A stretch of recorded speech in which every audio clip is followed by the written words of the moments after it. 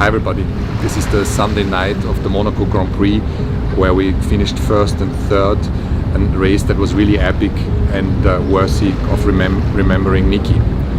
Over the 7 years that we have been on the journey together, we had so many wonderful memories together. Today we want to tell you some of the stories of our Niki, not only the chairman Niki Lauda but also our friend.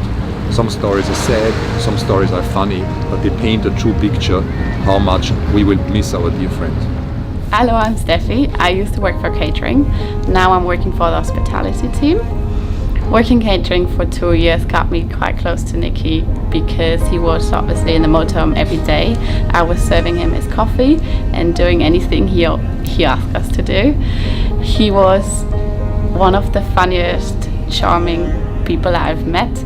Every day he came into the motorhome asking, Steffi, what's up? Tell me all the gossip you have. He was every day, almost every day, he asked us to turn up the AC. Even though it was burning hot inside, we said, of course we'll turn the AC up to 25 degrees, Niki, just for you. Because he was just one of the people you couldn't say no to. And whenever he asked us to play his songs from George Ezra, we did so, because again, we could never say no to him. And he will be truly missed. My name's Nathan Divey. I'm Lewis Hamilton's #1 mechanic. I suppose my best memories of Niki will be in races. I get quite nervous towards the end, especially if we're looking like we're going to have a good result. And prone to chewing my nails at times, and in the last few laps, if Niki saw me doing that, he'd always walk up and slap the back of my hand like a disapproving father and tell me, don't worry, he knows what he's doing, just trust him. Niki will be deeply missed. He was a good influence, great influence across the team for all of the mechanics downstairs.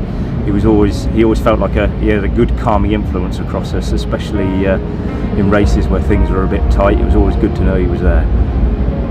This picture shows Niki, a version of Niki's FIA Gala 2016.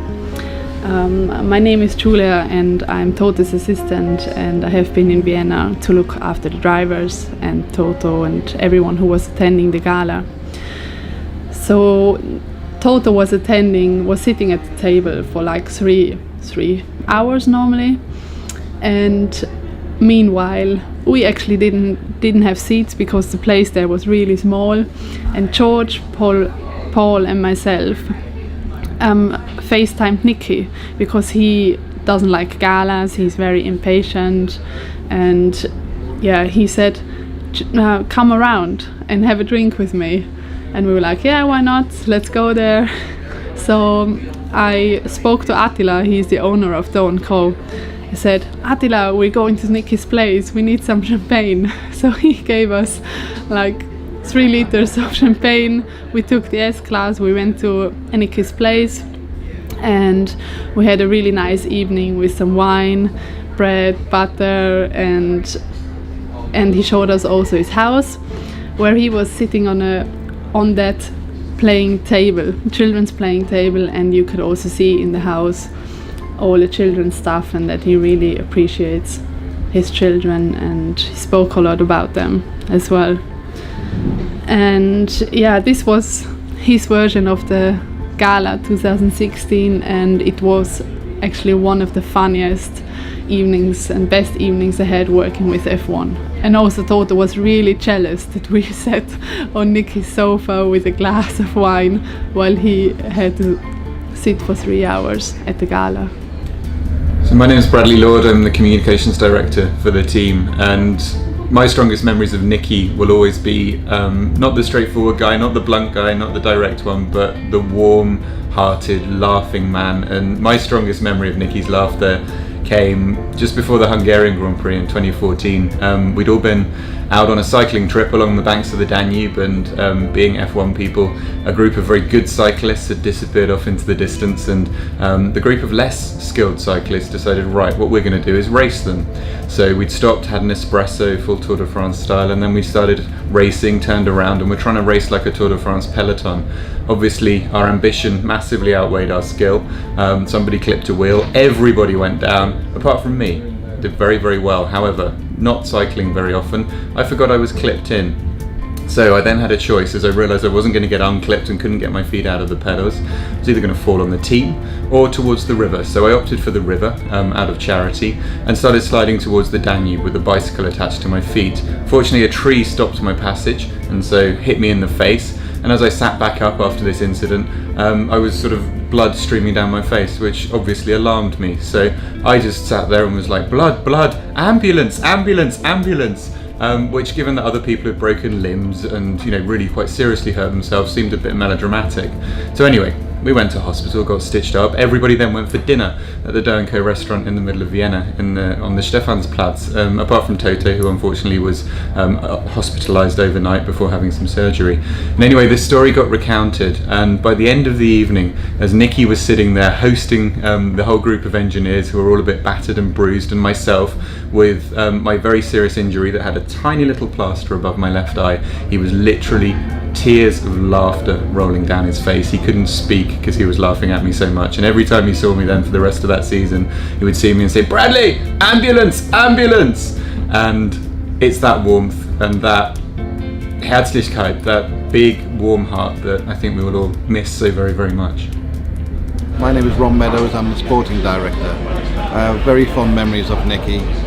More often than not, he would call me the old wanker and I'd call him back the older wanker. But I loved his straightness and how blunt he was with his opinions, and he certainly made us a better team, and I miss him dearly. He was such a legend, and my history when I was younger, growing up watching James Hunt and Niki Lauda race and getting to work with him was a dream. It's a real sad day for us. During the early days, Niki was quite keen to let Red Bull have a Mercedes engine, and his rationale was that would make us a stronger team because it would give us stronger competition. And obviously we weren't all keen because we just wanted the engine for ourselves. And they took some convincing, but in the end he got where we were coming from, which was a challenge. But I also got where he was coming from as well. He's just trying to make us better every day. Hello, my name is Stefan Weinhofer. I'm the head of hospitality of the Mercedes motorhome in Formula 1. And my favorite Niki story I want to share with you was in 2016 when Don't Call, the catering company I'm working for, got a contract to take over obviously the catering for Mercedes.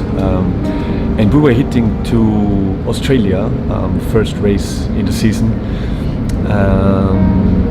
and we know Niki will be there, of course. And so we were already quite nervous because Niki was always pushing us to the limit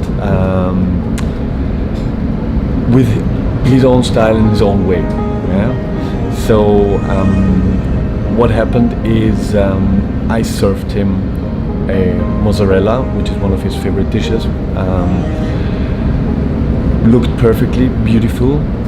5 minutes later, I got a call, and the owner of the company sent me pictures through where the plate was completely messed up and there was a fly on it. So Niki did a joke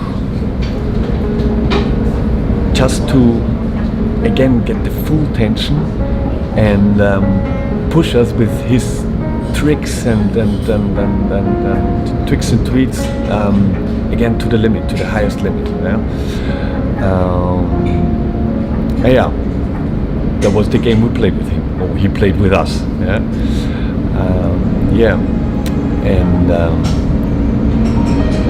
he was always around in the motorhome. And each and every Saturday he had his schnitzel with us. I hope it was acceptable, the quality we reached at the end, and we really miss him. So Niki,